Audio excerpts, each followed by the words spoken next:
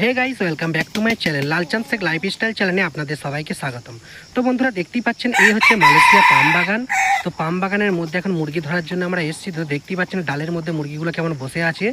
তো আমরা দু চারটে বন্ধু মিলে এখন এসেছি। তো এই মুরগিগুলো আসলে কারো না, এই মুরগিগুলো হচ্ছে সরকারি। সরকারি বলতে ভুল, এগুলো মানে বাগানেরই জঙ্গলি মুরগি। তো বন্ধুরা, মালয়েশিয়া পাম বাগানে এই ধরনের নতুন নতুন ভিডিও দেখার জন্য প্লিজ চ্যানেলটাকে সাবস্ক্রাইব করে দেবেন।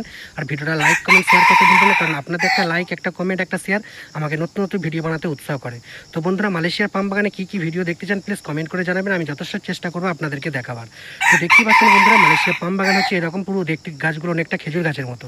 তো বন্ধুরা, যেসব ভাইয়েরা মালয়েশিয়া পাম বাগানে নতুন কাজ আসতে চাও তাদেরকে বলি, যদি দেশে কেউ কষ্টের কাজ করে থাকো তবেই মালয়েশিয়া পাম বাগানের কাজে আসবে, কারণ পাম বাগানের কাজ হচ্ছে খুবই কষ্টের।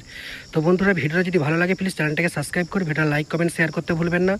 আর মালয়েশিয়ার কী কী দেখতে চান প্লিজ কমেন্ট করে জানান, আমি যথেষ্ট চেষ্টা করবো আপনাদেরকে দেখাবার। তো বন্ধুরা, ভিডিওটা দেখতে থাকুন যে মুরগিগুলো কীভাবে গাছের ডালের উপরে বসে থাকে সব দেখতেই পাচ্ছেন। তো এইভাবেই মুরগিগুলো ধরা যায়। তো বন্ধুরা, নেক্সট ভিডিও দেখা হবে। তো ভিডিওটা যত পারবেন আপনার বন্ধুদের কাছে শেয়ার করুন। ওকে, থ্যাংক ইউ সো মাচ।